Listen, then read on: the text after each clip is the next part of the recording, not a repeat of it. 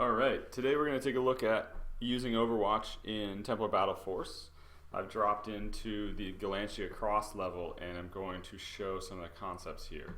Overwatch is a ability, a talent that is available for three types of Templars in the game. Your soldiers, your Neptunes, and your sentry turrets. So this is the Overwatch talent. It is a talent that uses, as you can see over here in the corner, it's going to end your turn, this hourglass with an X. Requires 2 AP and it ends your turn. So make sure that it's the last thing you're doing. You can't move or take any other actions after you put it down. However, it allows you to click on an open ground tile and claim an area where your Templar is going to focus and lay down defensive fire if any enemies try to cross through that area. It's really important in holding territory, protecting tactical points, and all sorts of other strategic maneuvers. So I'm going to have my Templar guard this pass here between this hill and this little canyon. And then I'm going to move my captain back into the circle here, step a soldier forward, and put down an Overwatch to make sure that anyone who happens to be chasing the captain will get hit. So you can see that for both of these soldiers, their AP and MP immediately went to 0 when I used Overwatch, so their turn is done. And you can see that a 3x3 template gets placed on the board and makes it very clear where the Overwatch zone is. Now, I can also, if I placed it and I didn't like the location of my Overwatch, I can simply click again and move it around so that I get a better location. I think that's pretty good. So I'm going to end my turn here. Now, Overwatch does all of its work during the enemy turn. And what happens is that those squares, each of those individual 3x3 squares gets claimed as a protected square. When an enemy, odd little start to this level, must be, when an enemy moves into those squares, then your Templar gets the opportunity to take an Overwatch attack against those tiles. So we're having a little bit of a slow start to the level here, but now we got some enemy movement coming and we're going to get to see Overwatch in play. So I'm going to move my captain even further, bring the soldier out. They're going to place an Overwatch template, and this is the scenario I really wanted to show and talk about. Here you have a enemy who's standing just outside of the Overwatch area. On his turn, if that enemy chooses to try to move into one of those squares, you will see before he moves, when he decides to make that move, that's the point at which the Templar is allowed to make an Overwatch attack. So the alien will not, the Xeno will not actually get into the square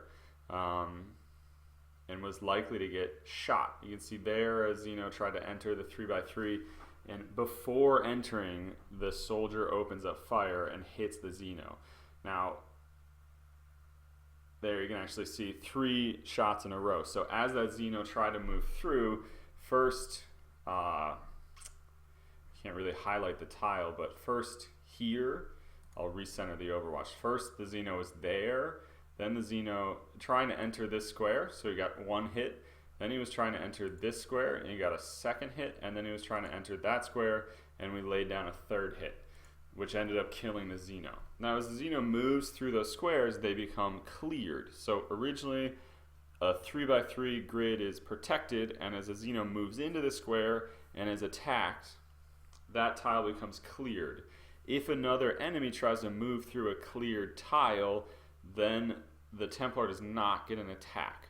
So if a number of enemies are all rushing the same Overwatch template, it's possible that they will take similar paths, or the same path actually, and the first enemy may get shot down like we just saw, but the second enemy may in fact not be able, or may move through the template in such a way that some of the tiles they would pass over have been cleared by other enemies. Now every turn, all of the tiles into the template get refreshed, so they get reset to protected, so you don't have to do anything if you want. Say this soldier is going to stay on Overwatch in this location for multiple turns. I have to do a little other stuff or I will lose the level here. So if that soldier wanted to just stay in Overwatch for a couple of turns on that exact position, you don't have to take any action as a user as long as no additional threats are making it through. If he's able to successfully protect that area and nobody gets through, then he doesn't have to give any additional orders, and every turn those protected tiles are reset. Now, say we have an extra large number of Xeno coming this direction. I could bring up a second soldier here and put down another Overwatch, for example here. Now, one of the rules of Overwatch is that no two Templars can protect the same tile. So in this case, you can see two tiles that are shared between the two Templars. Only one of them is going to be able to claim that as a protected tile.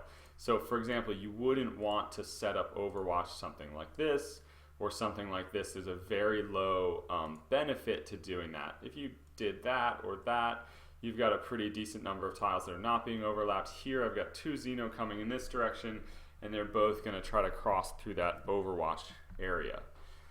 Now let's talk a little bit about line of sight and range. Range does not affect Overwatch attacks. You can see that that soldier made a pretty long shot at the incoming Xeno. So where range plays a part in Overwatch is that when you're putting the Overwatch template onto the tile, the center of your Overwatch template has to be inside the range of your weapon. So you'll see that when you place the Overwatch template, range plays a factor. You have to place it in range. I'll show that in just a second. So if I select Overwatch here, you see that I can get exceeds maximum range for placing the Overwatch template. But once I've actually put it down, if I put the center of it inside range, every shot will be considered in range. So you don't have to worry about your weapon failing to hit because of range when you put Overwatch in. However, you do have to worry about line of sight considerations. In this map in Galantia, there's no real issue with line of sight. There's nothing that's blocking my sight here. So you're not going to have to worry about that. But in a cramped level, if you happen to have corridors or corners or doors and things like that, you may need to be aware that your Templar has to be able to see the enemy in the position they're currently at when the Overwatch attack occurs. And the final thing I wanted to show off was how the Overwatch attack rolls are made. So the other thing you might have seen during this, I'm not sure if it happened or not, but when a Templar makes an Overwatch attack, that's a standard attack, and they need to roll both their hit roll, an accuracy roll, and a damage roll. So they take their attribute. For a soldier, that's going to be generally strength. They're going to take their skill, which will be gunnery, and they're going to take any active effects, so any buffs and things like that they have on them, and they'll roll all of those, plus the weapon they're carrying. So if they have a weapon, they get strong dice from the weapon's accuracy, the rest of that standard dice. Now, the buff of Overwatch for the character is also added in. So you can see that this soldier has a level 2 Overwatch talent, and therefore whenever making a Overwatch attack, they get a +1 ranged accuracy and +5 damage for that attack. So raising your Overwatch ability is also going to up the damage and accuracy of your Overwatch attacks, making you more and more of a better defensive fighter. You can get a lot of bang out of your buck for just upgrading your weapons and your skills, but really piling on with the Overwatch talent will make you even better at holding ground. I hope that is covered. Questions, please post any questions you have in the comments area and we will address them. Thank you very much.